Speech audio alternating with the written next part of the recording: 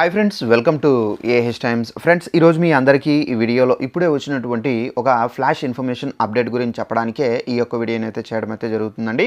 So ఆ flash information update ఏంటంటే, మన యొక్క ఏపీ రాష్ట్ర వ్యాప్తంగా ఎవరైతే మహిళలు ఉన్నారో వీళ్ళందరికీ సంబంధించి ఒక్కొక్కరికి 1500 రూపాయలు, అలాగే మనకేంటంటే డ్వాక్రా మహిళలు ఎవరైతే ఉన్నారో వీరికి మాత్రం ఒక్కొక్కరికి 18,000 రూపాయల వరకు అయితే డబ్బులు అనేది వేయబోతున్నారు. ఈ పథకాన్ని మనకు జనవరి 1న అయితే ప్రారంభించబోతున్నారు.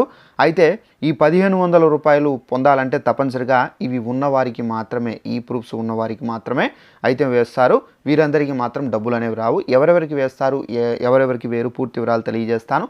ఈ వీడియో మీకు నచ్చినట్లయితే లైక్ చేసుకోండి. ఛానల్ని సబ్స్క్రైబ్ చేసుకోకపోతే వెంటనే ఛానల్ కూడా సబ్స్క్రైబ్ చేసుకుని ఫాలో అవుతండి.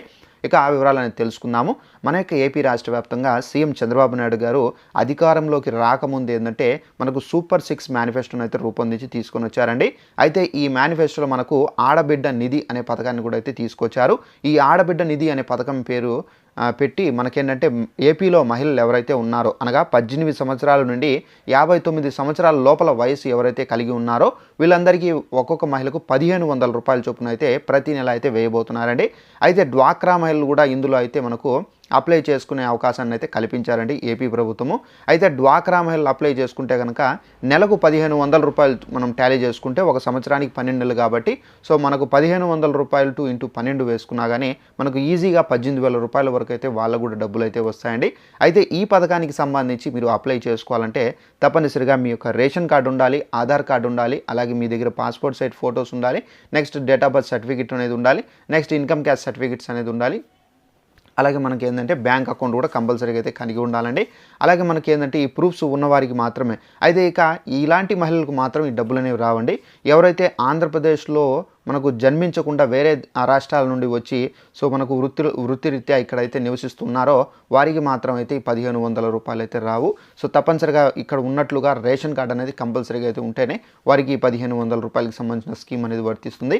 అలాగే డ్వాక్రా మహిళలు కూడా వారికి ఇప్పుడు నేను ఏదైతే డాక్యుమెంట్స్ చెప్పానో ఆ డాక్యుమెంట్స్ అనేది కంపల్సరీగా అయితే ఉండాలండి. ఈ డాక్యుమెంట్స్ అనేది మీ యొక్క ఆర్పీల వైపు నుండి కానీ మీ యొక్క సీసీల వైపు నుండి కానీ మీరు అప్లై చేసుకోవాల్సి అయితే ఉంటుంది.